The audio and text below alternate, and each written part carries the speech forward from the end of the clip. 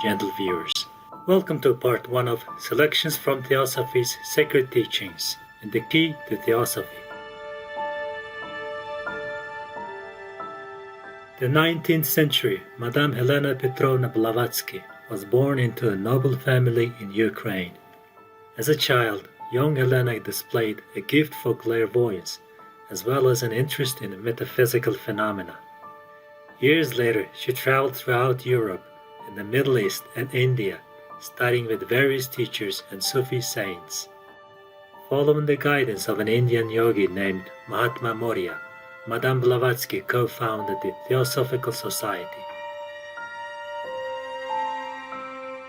Theosophy, meaning divine wisdom, refers to knowledge that comes through a spiritual experience rather than intellectual understanding alone. The Theosophical Society is dedicated to uplifting humanity through a realization of the oneness of life and the wisdom underlying all religions. Madame Blavatsky wrote several important books on Theosophy, including Isis Unveiled, The Secret Doctrine, The Key to Theosophy, and The Voice of the Silence.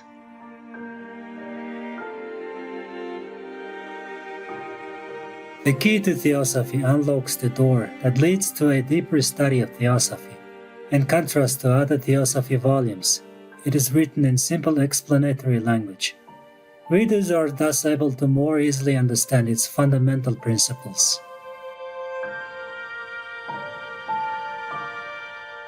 Today on Words of Wisdom, we invite you to join us for excerpts from The Key to Theosophy. The meaning of the name. Inquire. Theosophy and its doctrines are often referred to as a newfangled religion. Is it a religion? Theosophist. It is not. Theosophy is divine knowledge or science. Inquirer. What is the real meaning of the term? Theosophist. Divine wisdom. Theosophia, or wisdom of the gods, as theogonia, genealogy of the gods. The word theos means a god in Greek, one of the divine beings, certainly not God in the sense attached in our day to the term. Therefore, it is not wisdom of God, as translated by some, but divine wisdom, such as that possessed by the gods. The term is many thousands of years old. Inquirer. What is the origin of the name? Theosophist. It comes to us from the Alexandrian philosophers called lovers of truth, Philatheans, from phil, loving, and aletheia, truth. The name Theosophy dates from the 3rd century of our era and began with Ammonius Saccas and his disciples, who started the eclectic theosophical system. Inquirer. What was the object of this system? Theosophist. First of all, to inculcate certain great moral truths upon its disciples and all those who were lovers of the truth. Hence, the motto adopted by the Theosophical Society: there is no religion higher than truth. The chief aim of the founders of the eclectic Theosophical school was one of the 3 objects of its modern successor, the Theosophical Society, namely to reconcile all religions, alternative beliefs, and nations under a common system of ethics based on eternal verities. Inquirer. What have you to show that this is not an impossible dream, and that all the world's religions are based on the one and the same truth? Theosophist. Their comparative study and analysis. The wisdom religion was one in antiquity, and the sameness of primitive religious philosophy is proven to us by the identical doctrines taught to the initiates during the mysteries, an institution once universally diffused. All the old worships indicate the existence of a single theosophy anterior to them. The key that is to open one must open all, otherwise it cannot be the right key. Inquirer. In the days of Ammonius, there were several ancient great religions, and numerous were the alternative beliefs in Egypt and Palestine alone. How could you reconcile them? Theosophist. By doing that which we again try to do now. The Neoplatonists were a large body and belonged to various religious philosophies. So do our Theosophists.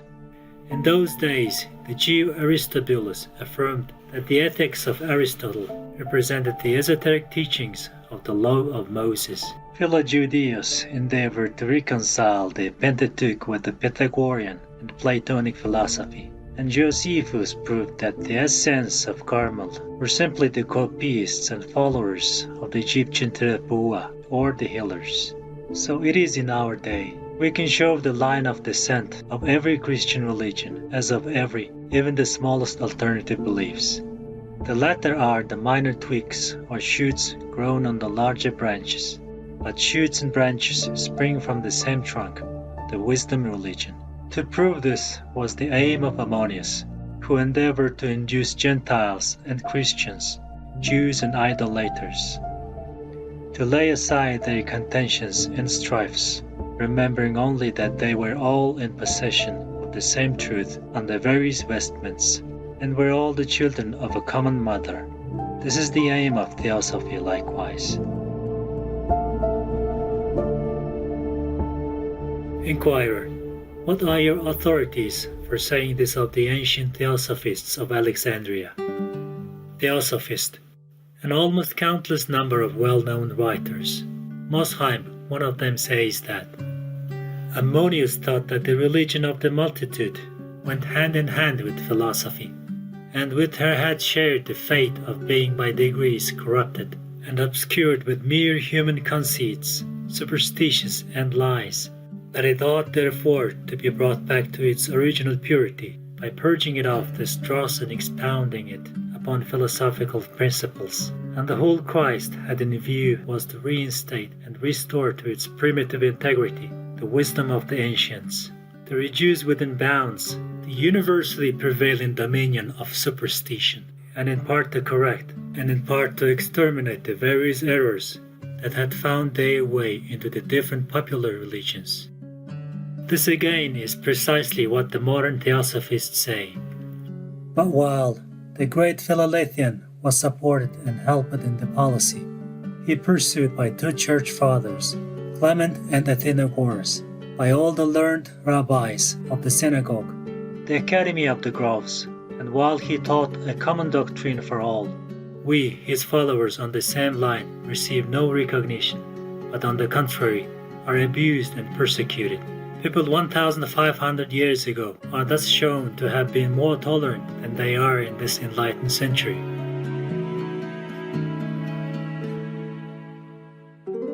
Inquirer: was he encouraged and supported by the Church? Because notwithstanding his heresies, Ammonius taught Christianity and was a Christian?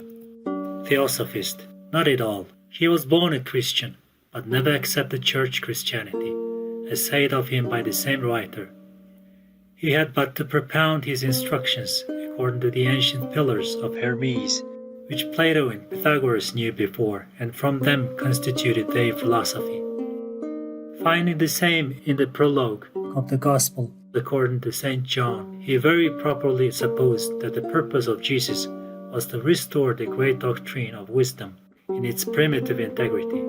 The narratives of the Bible and the stories of the gods he considered to be allegories illustrative of the truth, or else fables to be rejected.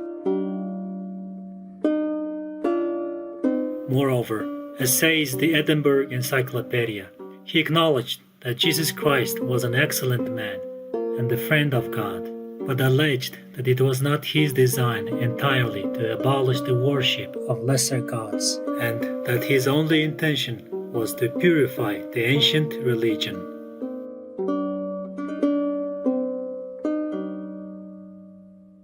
The meat industry is one of the most destructive ecological industries on the planet. Captain Paul Watson, vegan.